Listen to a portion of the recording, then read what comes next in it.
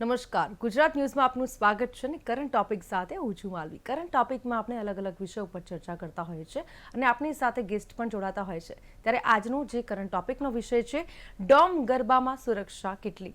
કારણ કે અત્યારે નવરાત્રિનો પાવન પર્વ ચાલી રહ્યો છે ને જે રીતે પાર્ટી પ્લોટ્સની અંદર એસી ડોમની અંદર જે ગરબાનું આયોજન કરવામાં આવતું હોય છે, પરંતુ આ વખતે કંઈક અલગ જ ક્રેઝ જોવા મળી રહ્યો છે. આ વખતે એસી ડોમનો જે ક્રેઝ છે તે જોવા મળી રહ્યો છે અને ખેલૈયાઓ પણ ખૂબ જ ઉત્સાહ સાથે ગરબા રમવા માટે એસી ડોમમાં જતા હોય છે. પરંતુ જે પ્રમાણે વાત કરીએ, સુરત, અમદાવાદ સહિત અનેક જે શહેરો છે ત્યાં મોટા પાયે ગરબાનું આયોજન કરવામાં આવ્યું છે, જ્યાં એસી ડોમની અંદર ખેલૈયાઓ છે તે મન મૂકીને ગરબે ઘૂમતા પણ નજરે પડતા હોય છે. પરંતુ આ બધાની વચ્ચે આપણને સવાલ તો ચોક્કસથી થાય છે કે એસી ડોમમાં આપણે ગરબા તો રમવા જઈએ છીએ, પરંતુ એસી ડોમમાં સુરક્ષા કેટલી? અને આ જ ટોપિક ઉપર ચર્ચા કરવા માટે આપણી સાથે ગેસ્ટ પેનલમાં જોડાઈ ચૂક્યા છે અરવિંદ વેગડા, જેઓ ગાયક કલાકાર છે. અરવિંદજી, સ્વાગત છે આપનું કરંટ ટોપિકમાં. નમસ્કાર. સાથે છે પંકજ ધારકર, જેઓ પ્રેસિડેન્શિયલ મેમ્બર એફએસસીઆઈ માંથી છે. આપનું પણ સ્વાગત છે સર. નમસ્કાર. સાથે છે ડોક્ટર ધર્મેશ ભટ્ટી, જેઓ એમડી ફિઝિશિયન છે. ધર્મેશજી, આપનું સ્વાગત છે. નમસ્કાર. જી, જે રીતે આપણે વાત કરી રહ્યા છીએ ગરબાને લઈને કે ગરબા એસી ડોમમાં યોજાઈ રહ્યા છે, પરંતુ અહીંયા સુરક્ષા કેટલી? કારણ કે જે રીતે આપણે જોતા હોઈએ છીએ, આ વર્ષે ખાસ કરીને, આમ તો છેલ્લા 2-3 વર્ષથી આપણે ક્રેઝ જોઈ રહ્યા છે, પરંતુ આ વર્ષે નવરાત્રીમાં એસી ડોમનો જે ક્રેઝ છે તે જોવા મળી રહ્યો છે. ખાસ કરીને વરસાદ પણ અહીંયા વિઘ્ન બન્યું છે, જેના કારણે લોકો એસી ડોમની અંદર ગરબા રમવાનું પસંદ કરી રહ્યા છે. એ પણ એક કારણ છે. સાથે આપણે જોઈએ તો એસી ડોમમાં ગરબા એટલા માટે, કારણ કે તમે જોશો કે એસી ડોમમાં એસી હોય છે અને જેનાથી પરસેવા જેવી સમસ્યાથી ખેલૈયાઓ તેમને મળતી હોય છે. કદાચ એ પણ એક કારણ હોઈ શકે છે. પરંતુ જે પ્રમાણે વાત કરી અરવિંદજી, આપનું શું માનવું છે? શા માટે ખેલૈયાઓ એસી ડોમમાં ગરબા ગાઈ રહ્યા છે? આ વખતે ક્રેઝ જોવા મળી રહ્યો છે. મેઇન તો એ હોય છે કે ગરબા આપણા કહેવાય કે વિશ્વનો સૌથી લાંબામાં લાંબો ડાન્સિંગ ફેસ્ટિવલ છે. માતાજીની આરાધનાનો આ એક બહુ જ મોટો ઉત્સવ હોય છે અને મન મૂકીને 9 દિવસના જે ગરબા છે એમાં ખેલૈયાઓ માતાજીની આરાધના કરતા હોય છે, ગરબે રમતા હોય છે. એટલે લોકોને વધુને વધુ લોકો આની અંદર જોડાતા જાય છે. હવે બન્યું એવું કે ઘણા વખત એવું થઈ રહ્યું છે કે બરાબર ચોમાસું ઘણીવાર લાંબુ થતું જાય છે, એટલે 2 કે 3 દિવસ એવા નીકળે છે કે જ્યારે વરસાદને કારણે મેદાનોની અંદર પાણી ભરાઈ જાય છે અને ખેલૈયાઓ ગરબા નથી રમી શકતા. આયોજકોએ એ વખતે એમના ગરબાનો કાર્યક્રમ છે મોકૂફ રાખવો પડે છે અને એની જગ્યાએ પછી ઘણા બધી જગ્યાએ સુરતની અંદર આ ટ્રેન્ડ શરૂ થયો, જ્યાં ઇન્ડોર સ્ટેડિયમ છે જે કન્સ્ટ્રક્ટેડ પ્રોપર્ટી છે, કે એની અંદર ગરબા રમવાની શરૂઆત ઘણા વર્ષો પહેલા થઈ અને એના કારણે એ જોઈ અને ઘણા બધા આયોજકોએ વિચાર કર્યો કે આપણે પણ એવું કંઈ કન્સ્ટ્રક્શન કરવું જોઈએ કે જેથી કરીને એર કન્ડિશન ડોમ હોય કે જેમાં ખેલૈયાઓ ગરબા રમી શકે, જેથી કરીને મેદાન એમને મોકળું મળે, ભીનું ન મળે અને ખેલૈયાઓ જે છે એર કન્ડિશન વાતાવરણની અંદર સરસ રીતે ગરબા રમી શકે. આ પ્રકારના વિચાર સાથે એમણે હંગામી ધોરણે ડોમ ઊભા કરી અને એક સ્ટ્રક્ચર બનાવીને એની અંદર ગરબાનું આયોજન છેલ્લા 2 કે 3 વર્ષથી અમદાવાદની અંદર શરૂ થયું. અત્યારે પણ 3 કે 4 વેન્યુ એવા છે કે જે આ રીતે કન્સ્ટ્રક્ટ કરી ડોમ બનાવી અને એની અંદર ગરબાનું શરૂઆત કરી, જેથી કરીને વરસાદની થતી મુશ્કેલી, જેના કારણે આયોજકોએ ગરબા જે છે મોકૂફ ન રાખવા પડે. આ એક રીઝનને લઈ અને એર કન્ડિશન ડોમની રચના કરવામાં આવી અને એમાં ગરબાની શરૂઆત કરવામાં આવી. જી બેન. ચોક્કસથી આપણી સાથે ધર્મેશ ભટ્ટી પણ જોડાયા છે, જેઓ એમડી ફિઝિશિયન છે. ધર્મેશ, ખાસ કરીને સુરતની અંદર કહેવાય ને કે ગરબા રમતા રમતા 2 યુવતીઓ બેભાન થઈ હતી, કારણ કે એસી ડોમમાં ગરબા રમવામાં આવ્યા હતા. તો હવે જયારે આ પ્રકારની પરિસ્થિતિ ઉદ્ભવે ત્યારે સૌથી પહેલા તો વાત કરીએ કે બેભાન થવા પાછળના કારણો ઘણા બધા હોય, બરાબર ને? એટલે આપણે યુઝ્યુઅલી જે ગરબાની સાથે સંકળાયેલા કારણો છે એના વિશે આપણે ચર્ચા કરીએ કે જ્યારે આપણે લોકો ગરબા રમતા હોય છે ત્યારે સ્વેટિંગ વધારે થાય છે, થાકે છે, જેના કારણે ગ્લુકોઝ ઘટી જાય છે, પાણી ઘટી જાય છે, ડિહાઇડ્રેશન થાય છે, જેના લીધે ચક્કર આવવા એ સામાન્ય બાબત છે. બીજી વસ્તુ કે જ્યારે ડોમમાં ગરબા કરવામાં આવે છે, એમાં ડોમમાં આપણે જે છે યુઝ્યુઅલી તો એર કન્ડિશનિંગ એનું સર્ક્યુલેશન તો પ્રોપરલી થતું હોય તો બહુ વાંધો ના આવે, પણ જયારે વધારે પડતી ભીડ હોય ત્યારે સફોકેશનના લીધે આપણે જે કાર્બન ડાયોક્સાઇડનું લેવલ વધારે હોય અને ઓક્સિજનનું લેવલ ઓછું હોય, એવા કેસમાં બી ડ્યુ ટુ ધ એક્ઝર્શન, જે આ ગરબા લેતા એમાં થાક લાગે અને જે આપણો શ્વાસ ફૂલાતો હોય ને એના કારણે બી આપણું જે ઓક્સિજન રિક્વાયરમેન્ટ વધતી હોય અને એના કારણે બી લોકોને ચક્કર આવી જતા હોય છે. એટલે ખાસ કરીને આ પ્રકારના જયારે એસી ડોમની અંદર ગરબા લેતા હોય અથવા કોઈ બી જગ્યાએ ગરબા લેતા હોય, સૌથી પહેલા તો ખેલૈયાઓ એ ધ્યાન રાખવું છે કે એ લોકો પ્રોપરલી એનર્જાઇઝ હોય, આખો દિવસ પ્રોપર રેસ્ટ કરેલો હોય, પ્રોપર એનર્જી સાથે જમ્યા હોય અને પ્લસ જયારે ગરબા લે ત્યારે વચ્ચે વચ્ચે હાઇડ્રેશન નું ધ્યાન રાખે, ઓઆરએસ વાળું પાણી પીવે અથવા એનર્જી ડ્રિંક છે પીતા રહે અને વચ્ચે વચ્ચે વોટર ઇન્ટેક કરતા રહે, જેથી કરીને છે એમની એનર્જી જે છે ગ્લુકોઝ લેવલ એ બધું મેન્ટેન રહે, જેથી કરીને ચક્કર ના આવે.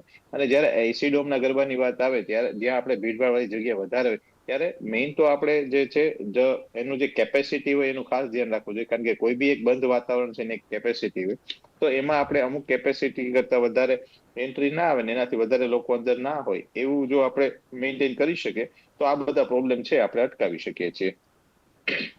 હા. પંકજ, જે રીતે મેં કહ્યું ને આગળ કે યુવતીઓ બેભાન થઈ ગઈ હતી એસી ડોમમાં ગરબા રમતા રમતા, અને ખાસ કરીને એવા પણ દ્રશ્યો સામે આવ્યા, સોશિયલ મીડિયા પર આ વિડીયો ખૂબ જ વાયરલ થઈ રહ્યા છે કે બહાર નીકળવા સમયે પડી જોવા મળી હતી.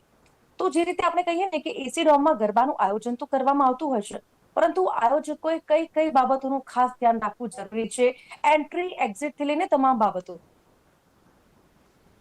उसमें मैं दो चीजें जोड़ना चाहूंगा कि सबसे पहले तो वेगड़ा साहब गायक तो है, मगर उसके पहले वो एयर कंडीशनिंग इंडस्ट्री से ही आते हैं। और धर्मेश भाई ने अभी बहुत इम्पोर्टेंट बात कही कि जो भी एयर कंडीशनिंग डिजाइन होता है उसके साथ में फ्रेश एयर की रिक्वायरमेंट बहुत इंपॉर्टेंट होती है, जिसकी वजह से ऑक्सीजन और CO2 की मात्रा को कंबाइन किया जाता है। और ये अवेयरनेस कोविड के बाद में काफी हद तक बढ़ी है। पर जब मैं एयर कंडीशन गरबा मंडप देखता हूं तो इसमें किसी भी चीज से कोई भी टेक्नोलॉजी का अनुकरण नहीं किया जा रहा है। ये तो मैं आपको बिना देखे बता सकता हूं, क्योंकि उतनी ज्यादा फ्रेश एयर लाके यदि एयर कंडीशनिंग चलाना पड़ेगा तो शायद इसकी कमर्शियल फिजिबिलिटी बहुत अलग तरह से हो जाएगी। शायद वेगड़ा साहब भी मुझे ये एंडोर्स करेंगे।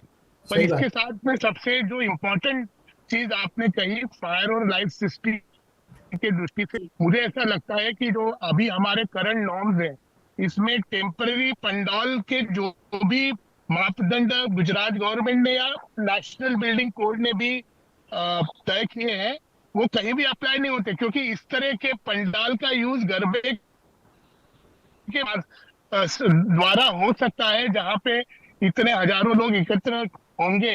इस तरह का कोई भी प्रावधान है ही नहीं। तो मुझे ऐसा लगता है कि ये जो हमारा एक्सपीरियंस है पर्टिकुलरली गरबे का, जो हमारे गुजरात से जन्मा है, यहाँ के लोकल डायरेक्टर्स को और फायर ऑफिसर्स को इसको इस साल के एक्सपीरियंस को ध्यान में रख के नए रूल्स को लाना पड़ेगा यदि हमारे को हजारों लोगों को सेफ रखना है। सबसे इम्पोर्टेंट है जितना भी मटेरियल यूज हो रहा है पंडाल में, ये सारा फ्लेमेबल मटेरियल है। और यदि कुछ भी इंसिडेंस होता है तो बहुत दुखद घटना हो सकती है, क्योंकि इसमें कोई फायर फाइटिंग या स्प्रिंकलर सिस्टम तो लगा नहीं सकते। तो और जैसा कि धर्मेश भाई ने बताया, जो भी सूरत में चालू हुआ वो एक स्टेडियम में हुआ जहां पे सारी सुविधाएं फायर फाइटिंग के दृष्टि से वगैरह मौजूद थी। अब जब हम टेम्पररी कंस्ट्रक्शन करते हैं तो इसमें क्या वो मटेरियल सिलेक्शन होना चाहिए, फायर की दृष्टि से कितने एग्जिट होना चाहिए, इसके लिए मेरे हिसाब से तो नए प्रावधान बनना चाहिए। और हमारे लिए तो बहुत अच्छा लर्निंग है। और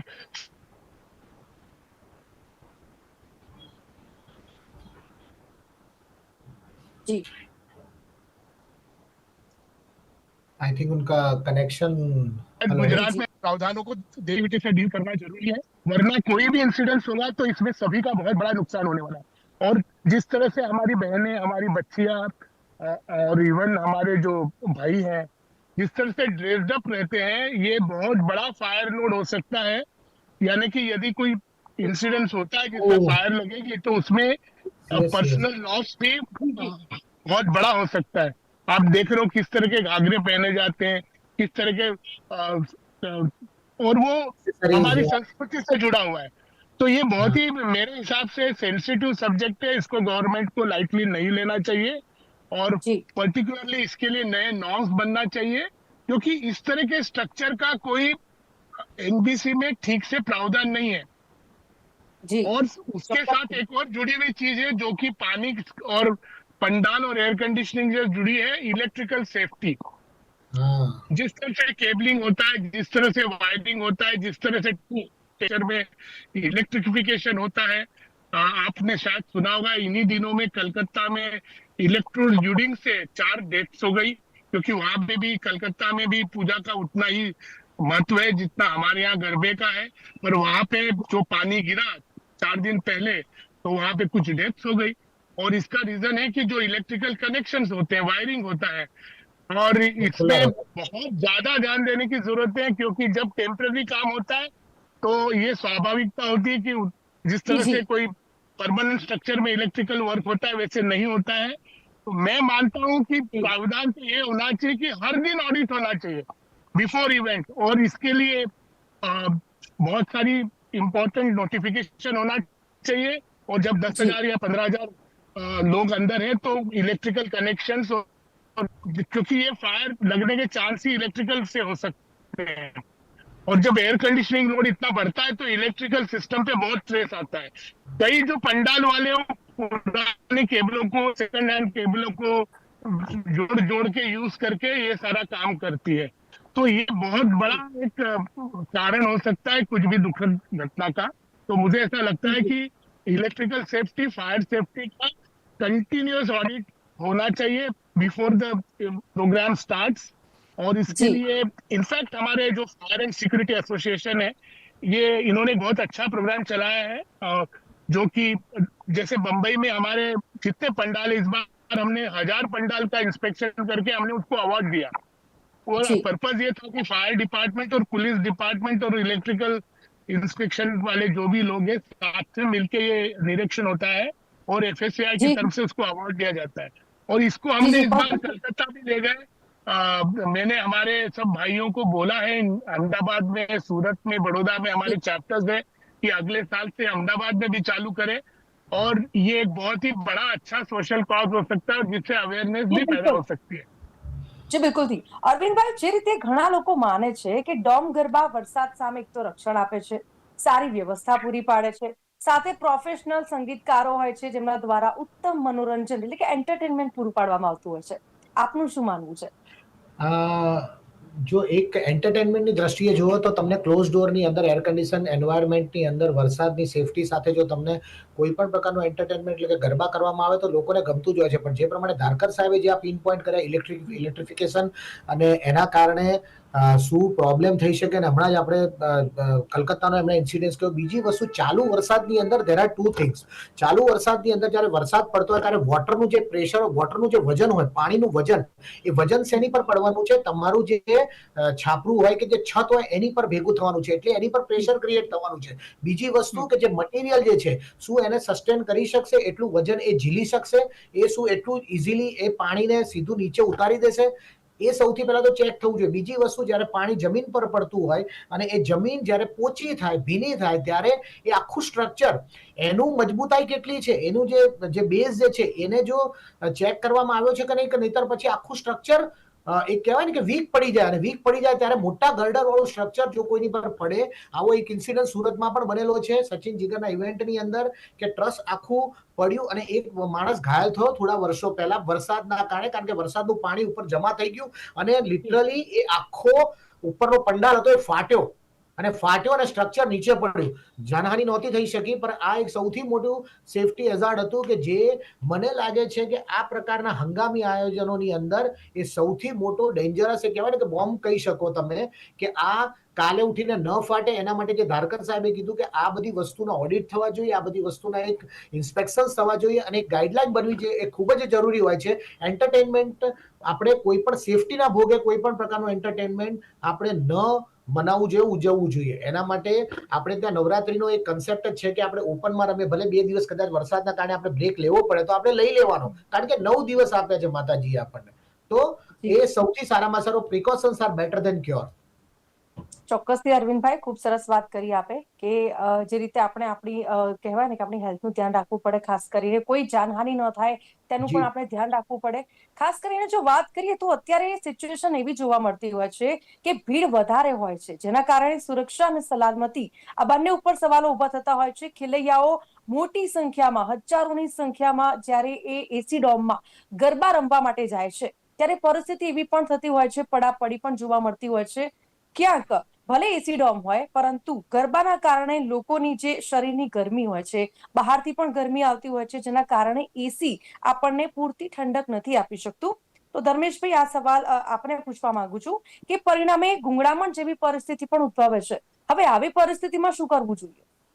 હા, બહુ સાચી વસ્તુ કીધી તમે. જયારે એક જગ્યાએ કન્ફાઇન્ડ સ્પેસમાં જયારે ઘણા બધા લોકો ભેગા થાય છે, ત્યારે મેઇન તો જે છે આપણે ગુંગળામણ થવી, ગભરામણ થવી બહુ કોમન હોય છે. કારણ એક જ છે, કારણ કે ઓક્સિજન લેવલ એ જગ્યાનું ઓછું થઈ જાય છે આટલા બધા લોકોના કારણે, અને કાર્બન ડાયોક્સાઇડ અને હ્યુમિડિટીનું પ્રમાણ વધી જાય છે. જયારે કાર્બન ડાયોક્સાઇડ અને હ્યુમિડિટીનું પ્રમાણ વધે છે, ત્યારે શ્વાસ લેવામાં તકલીફ થવી, મૂંઝારો થવો, આ બધી વસ્તુઓ થવી સ્વાભાવિક છે. સાથે સાથે જે આ ઇન્ક્રીઝ હ્યુમિડિટીને કારણે આપણને પરસેવો બી વધારે વળશે, અને જેના કારણે આપણામાંથી ડિહાઇડ્રેશન બી વધારે પ્રમાણમાં જોવા મળશે. જેથી કરીને તમારા બોડીમાંથી પાણી ઘટી જવું, અને સાથે સાથે જયારે આપણે ગરબા રહેતા હોય ત્યારે આપણી એનર્જી કન્ઝમ્પશન વધારે હોય, અને આ હ્યુમિડિટી ને એક્સ્ટ્રા પરસ્પિરેશનના કારણે બી તમારી એનર્જી વધારે વપરાતી હોય, એટલે ગ્લુકોઝનું લેવલ બી ઘટવું, આ બધી વસ્તુ સ્વાભાવિક છે જયારે તમે બંધ જગ્યા ઉપર આ કન્ફાઇન્ડ સ્પેસમાં ઓવર ક્રાઉડિંગમાં જયારે તમે આ બધી વર્ક કરતા હોય ત્યારે. એટલે ક્રાઉડ કંટ્રોલ કરશું તો જ આ બધી વસ્તુઓને આપણે કરી શકીશું. સાથે સાથે સેલ્ફ અવેરનેસ, એના સિવાય બી એક બીજો પોઈન્ટ બી હું અહીંયા કહેવા માંગીશ કે જયારે તમે કન્ફાઇન્ડ સ્પેસમાં જાજા લોકો ભેગા થાય છે, ત્યારે કમ્યુનિકેબલ ડિઝીઝ છે, જે ચેપી રોગો છે, એનું પ્રમાણ બી વધારે જોવા મળતું હોય છે. લોકોને રેસ્પિરેટરી ડિઝીઝ, આપણે હમણાં જ કોવિડમાં જોયું હતું કે ભીડભાડના કારણે કોવિડનો ફેલાવ બી કેટલો ફટાફટ થાય છે. એવી રીતે કોવિડ સિવાય ઘણા બધા વાયરસ છે, રેસ્પિરેટરી વાયરસ છે, ઇન્ફ્લુએન્ઝા છે, બીજા ઘણા એડિનો વાયરસ, તો ઘણા બધા એવા વાયરસ છે, ઘણા બધા બેક્ટેરિયા છે કે જેના કારણે તમને ઇન્ફેક્શન લાગી શકે છે કન્ફાઇન્ડ સ્પેસમાં રહેવાના લીધે. એટલે કોઈ એક વ્યક્તિમાં બીમાર હશે તો ત્યાં હજારો લોકોને ઇન્ફેક્શન છે એ સ્પ્રેડ કરી શકશે, અને જેના કારણે એક હેલ્થનો બી એક ઇસ્યુ બહુ મોટો ઉભો થાય છે. એટલે ગુંગળામણ એ બધી છે, સાથે સાથે આ ઇન્ફેક્શનનું લેવલ એ બી એક ધ્યાનમાં લેવા જોઈએ. ત્રીજો પોઈન્ટ જે બહુ સરસ આપણે ધારકર સાહેબે વાત કરી સેફટીને લઈને, આપણે જોયું છે કે સ્ટેમ્પેડ થતું હોય છે, ફાયરના ઇન્સિડન્સ થતા હોય છે. રાજકોટમાં ગેમ ઝોનમાં હંગામી જે બાંધકામ હતું એમાં આગ લાગી હતી, એનું પરિણામ આપણે બધે જોયું જ છે. સો these are the very serious thing કે જે આપણે આ બધી વસ્તુઓ તમે જે સ્ટ્રક્ચરલ ડિઝાઇનિંગ થી માંડીને, જેમ ઇલેક્ટ્રિક સેફટી થી માંડીને વાત કરી, એવી રીતે મેડિકલ સેફટીનું બી ધ્યાન રાખવું જોઈએ. અને એક્ઝિટ છે, એન્ટ્રી છે, એ બધી વસ્તુનું તમારી પાસે ફર્સ્ટ રિસ્પોન્સ ટીમ હોવી જોઈએ. ધારો કે એવું કોઈ ઇન્સિડન્ટ થયું, અને આ ઇન્સિડન્ટ સિવાય ઘણી વખત આપણે એમને બી જોયું છે નેચરલી કે ઘણા બધા લોકોને સડન કાર્ડિયક અરેસ્ટ થતું હોય છે, ઘણા બધા લોકોને કોઈ ચક્કર આવી જવા, સ્ટ્રોક થવો, આ બધી વસ્તુ બી ગમે ત્યારે થાય છે. તો આવી જગ્યાએ જયારે હોય ત્યારે તમારી પાસે એને જેને ફર્સ્ટ રિસ્પોન્સ ટીમ એટલે emergency response team be medical point of વ્યૂથી હોવી જોઈએ, જેથી કરીને જો કોઈને બી આવી કઈ પરિસ્થિતિ સર્જાય તો એ લોકો ક્વિકલી રિસ્પોન્સ કરીને એમને કરી શકે. કારણ કે જો આ ઘણી બધી વસ્તુમાં ગુંગળામણ થાય, શુગર ઘટી જાય, એમાં ઘણી વખત લોકો સિરિયસ કન્ડિશન બી સર્જાતી હોય છે. તો આ બધી વસ્તુઓ માટે થઈને એક મેડિકલ રિસ્પોન્સ ટીમ અને આપણી સેલ્ફ અવેરનેસ અને ક્રાઉડ કંટ્રોલ, આ વસ્તુથી આપણે આ બધી વસ્તુમાં આપણે ધ્યાન કરવું. અને ખાસ કરીને પીપલ એજ્યુકેશન, લોકોને બી સમજાવવા બહુ જ જરૂરી છે કે ભાઈ તમે આ બધી જગ્યાએ જાઓ છો, તમે પોતાની સેફટીનું ધ્યાન રાખો. કારણ કે ઘણી વખત લોકો, મેં જેમ પહેલા કીધું, પાણી નથી પીતા હોતા, એનર્જી નું ધ્યાન નથી રાખતા, ઘણા લોકો ઉપવાસ ચાલતા હોય, છતાં બી રાતે જઈને રેગ્યુલર ગરબા લેતા હોય છે. તો આ બધી વસ્તુઓના લીધે બી એ લોકોને ક્યાંક ને ક્યાંક જે છે આ ડિહાઇડ્રેશન થવું, ચક્કર આવી જવા, ગ્લુકોઝ લેવલ ઘટી જવું, આ બધી વસ્તુ થતી હોય છે. તો આ બધી વસ્તુનું આપણે ધ્યાન રાખવું જોઈએ, અને આ બધી વસ્તુઓને છે આપણે સાથે લઈને ચાલવું જોઈએ. અરવિંદભાઈ, ખાસ કરીને વાત કરીએ ડોમ ગરબામાં પરંપરાગત ગરબા ઓછા જોવા મળતા હોય છે, કારણ કે લોકો પ્રભાવિત થતા હોય છે વ્યવસ્થા જોઈને.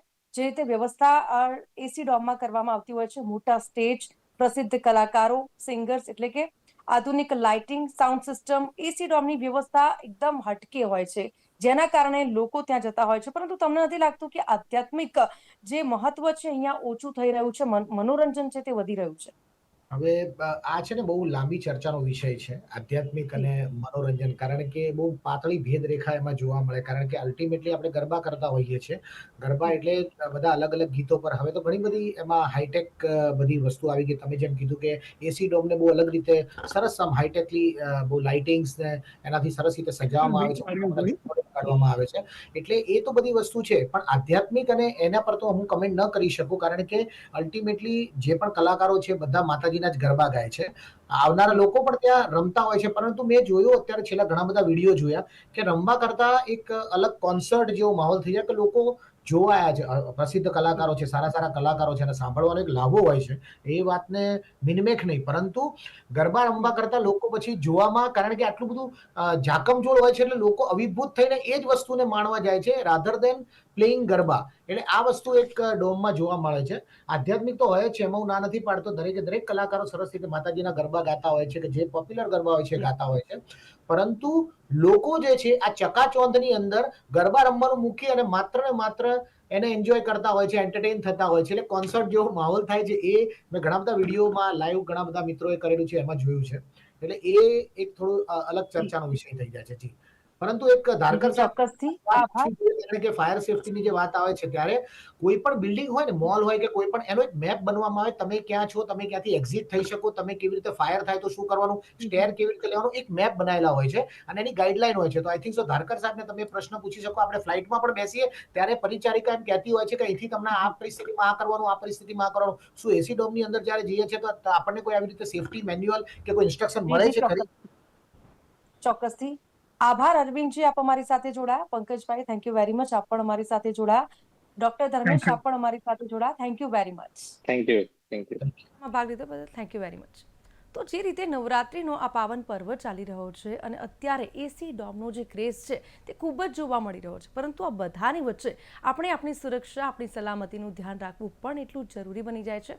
તો આપણને ખબર હોવી જોઈએ કે નવરાત્રિમાં આપણે કઈ કઈ વાતનું ધ્યાન રાખવાનું છે અને ખૂબ જ ઉત્સાહથી આ પર્વને મનાવવાનો છે. તો હાલ કરંટ ટોપિકમાં બસ આટલું જ.